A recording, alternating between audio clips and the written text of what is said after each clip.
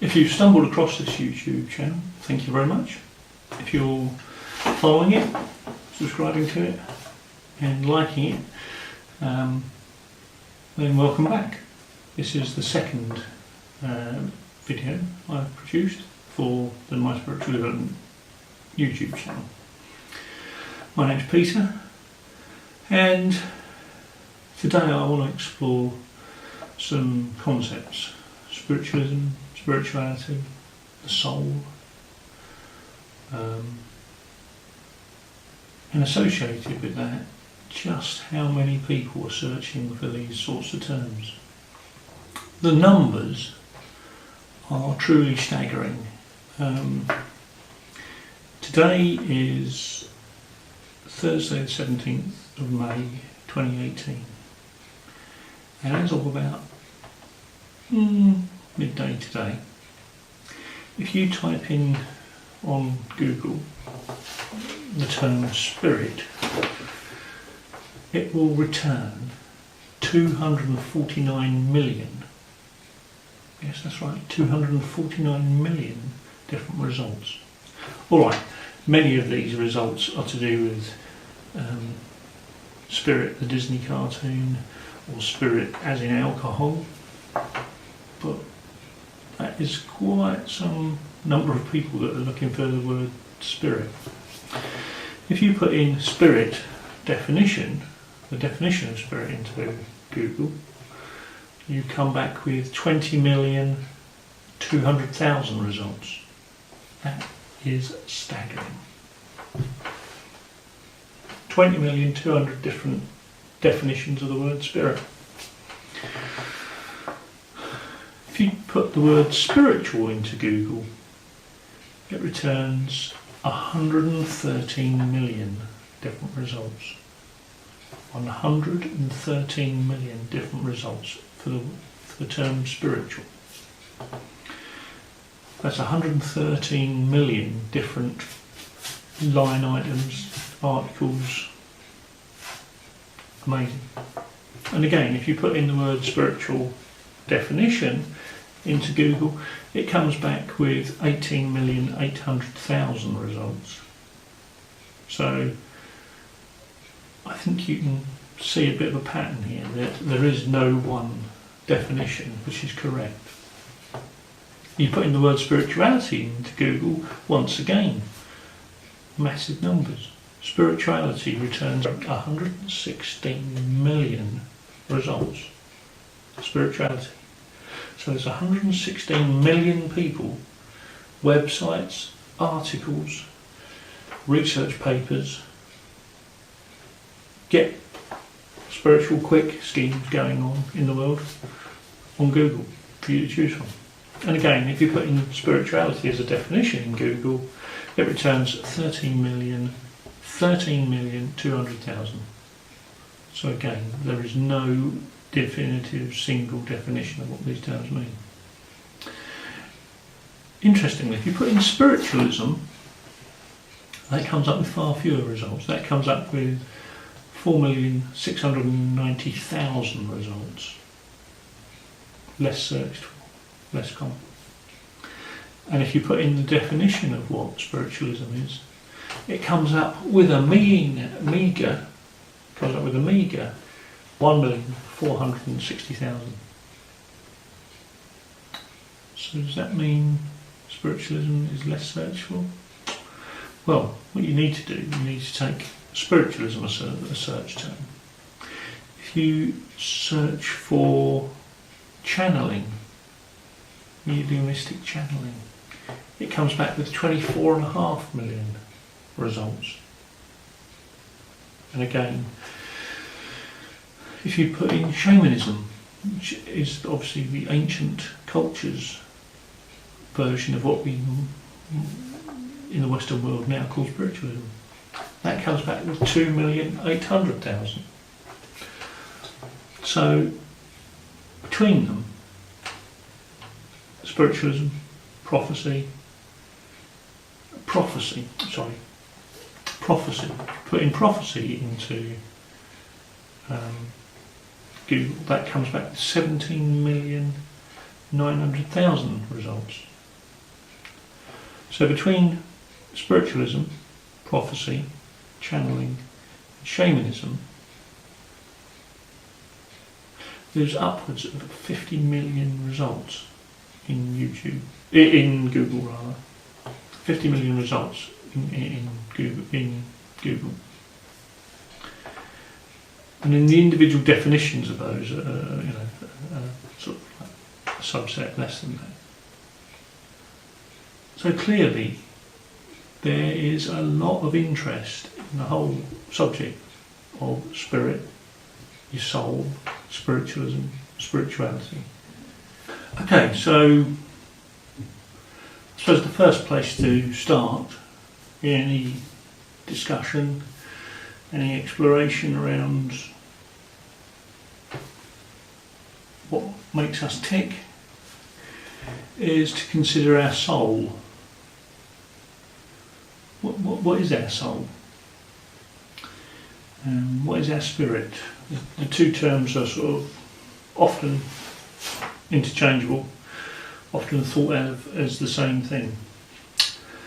So, in many religions, philosophical and mythological traditions, there is a belief in the divine spark, the essence of your being, which has been termed the soul. And there are a couple of different definitions of this.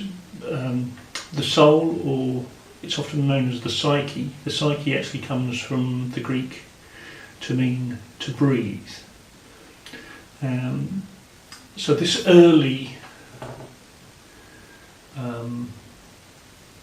definition suggests that it's to do with living things.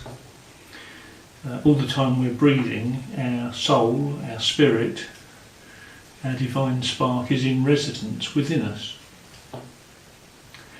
And there is a belief that when this physical body dies, that divine spark, that essence of pure energy, that indefinable thing that makes us who we are, makes me Peter, makes you who you are, that divine spark, that essence leaves us, leaves the physical body and migrates somewhere. And where it migrates to, that is a question that many of the great world religions have slightly different views on. So, the soul, the spirit. Basically, it's your divine spark, the thing that motivates you and makes you who you are. The term spirit, certainly in more recent terms, has been associated with sort of non-physical entities in popular culture. Spirits are ghosts. Are they really ghosts? We'll have to wait and see.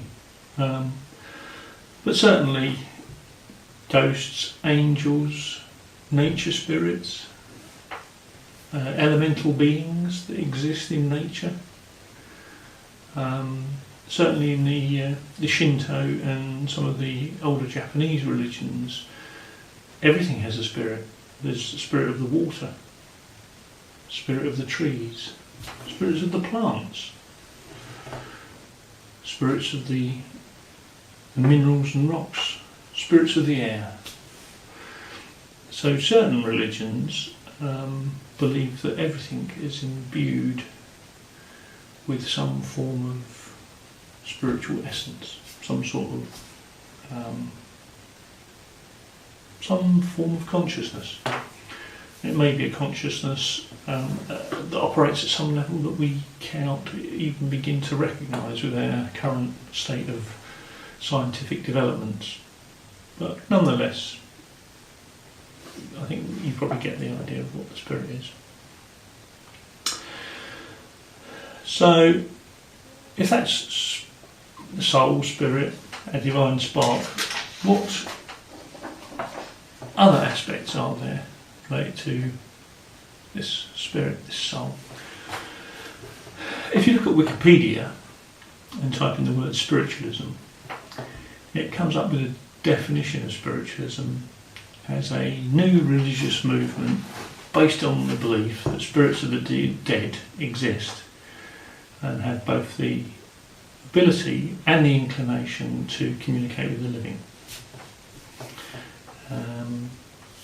And that this afterlife, or the spirit world, can, through mediums, through channels, through shaman, actually be communicated with. There's a two-way process going on with the spirits of your ancestors, the spirits of your loved ones. And spiritualism believes that people have guides with them. Guides are supposedly spiritual beings that are more spiritually advanced than we are, and through mediums, through channeling, these more wise spirits can give us help, advice, and suggest certain courses of action, certain paths we should take. Obviously, spiritualism's heyday was in the early 1920s, turn of the 20th century, really, and it's taken on and developed since Victorian times, really. Madame Blavatsky, the Theosophical Society, was a great proponent of the spiritual realms. Edgar Casey, the sleeping medium, famously would go into some sort of trance-like state in America back in the 1920s and beyond, and would speak to people that were seeking confirmation of spiritual loved ones, and he would also bring forth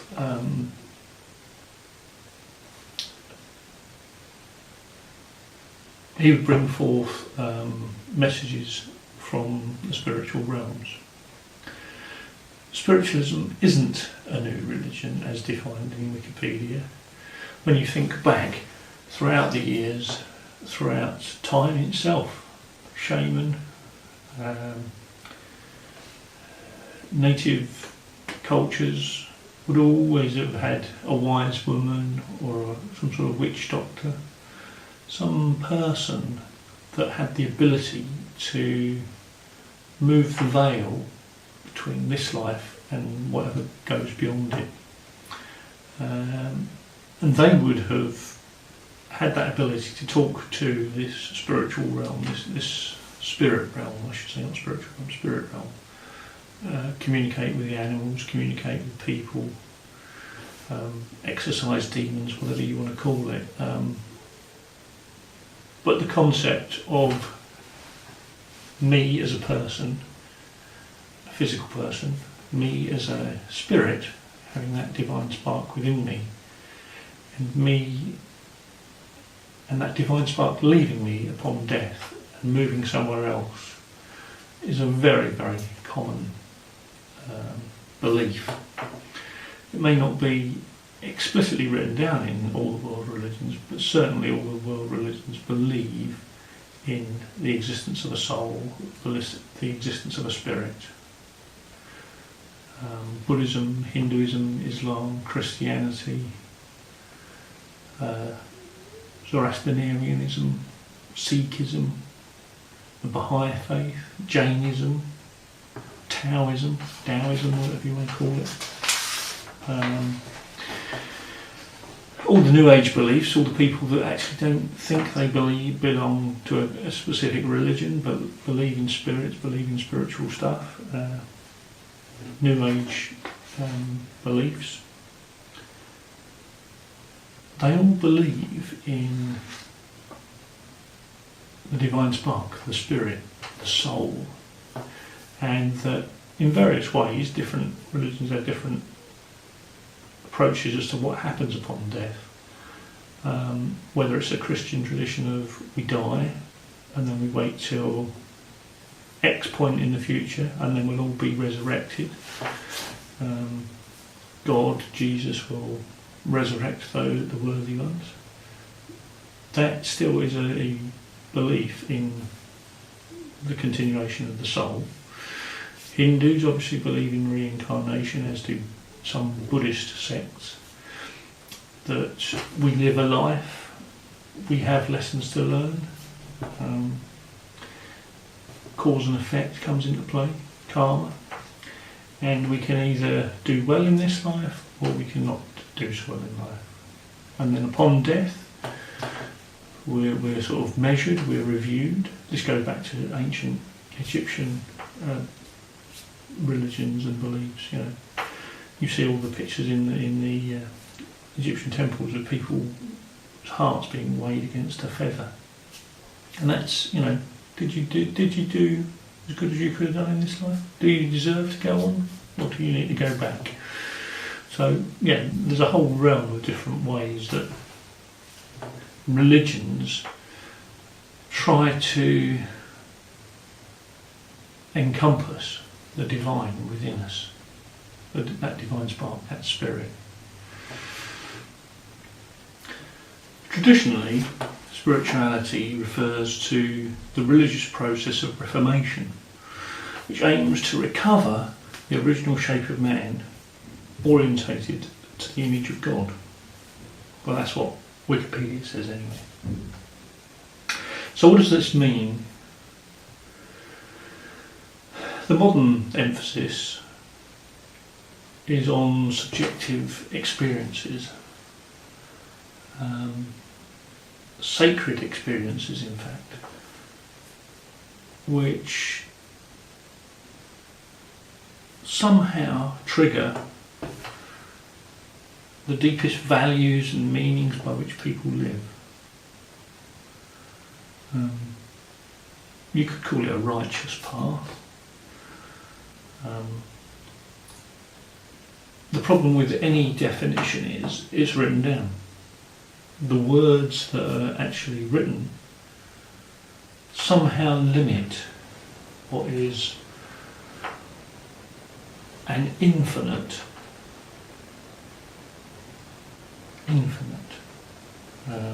definition of who you are.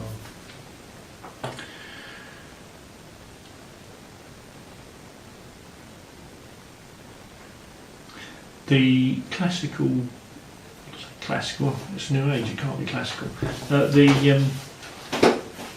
Many New Age beliefs believe in a spirituality which is part tradition from Western cultures and part tradition from Eastern cultures. Holy men, Hinduism, Buddhism, is taken off in the West. Like nothing else is doing very well. What it actually encompasses, though, spirituality, is a deep inner knowing inside you. And spirituality is fundamentally about living living the best life you can lead, leading a life that is pure, as pure as possible. It's difficult in this world. We all have temptations, we all have lessons to learn, but it's understanding and appreciating the lessons to be learned. And do we actually learn from these lessons? So spirituality for me is living the right and correct path. It's appreciating the world and everything in it. It's appreciating others, people's views are just as valid as yours and mine. It's about living a just and pure life. To be spiritual, you don't have to meditate. You don't have to try and contact spirits. You don't have to sell your worldly goods, become a missionary. You don't have to continuously do good deeds. Home the homeless, feed the poor. As individuals, we can't possibly manage to do all of those things all of the time because we are human. If we weren't human, if we were some higher spiritual being on some higher level, then maybe we could achieve all these things all the time. So there we are. Spirituality, spirit, soul, spiritualism, all related terms. What it actually encompasses though, spirituality, is a deep inner knowing inside you.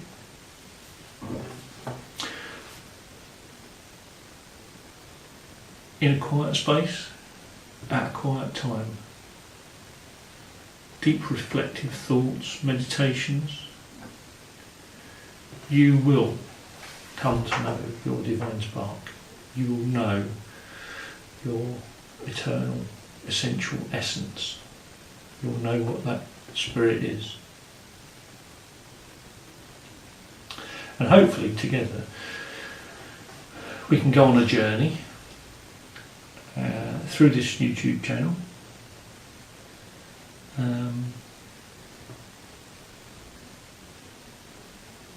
And together we can develop and grow our spirituality. Make that little divine spark within us shine brighter, grow stronger. And this YouTube channel, My Spiritual Development, and the associated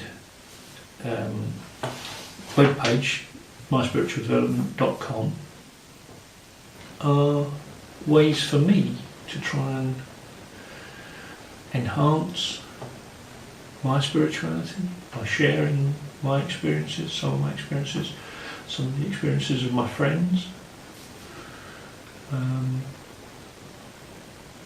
Hopefully together we can move forward, we can explore the world, the greater world, the world beyond perhaps the five senses.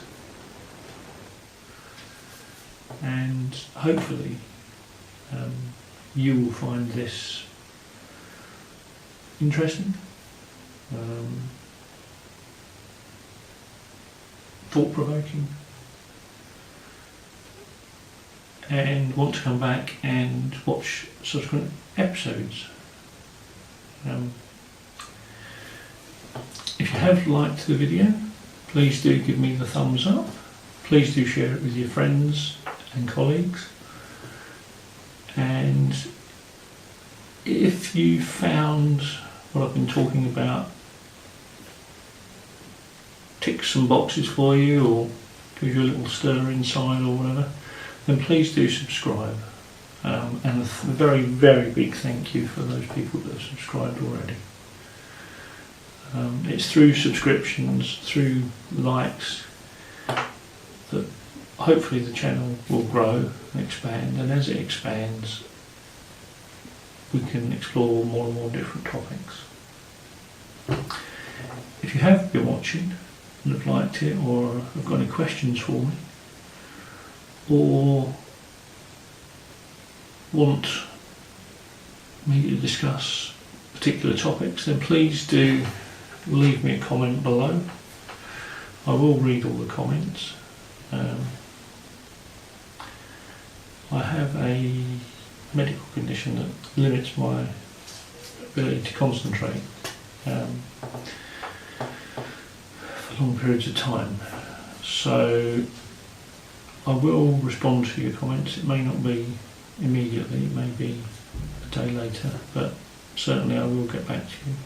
And all your comments, all your opinions are valid and welcome. And I hope to speak to you soon in my third video, which should be in 2 or 3 weeks' time. Thank you. Namaste.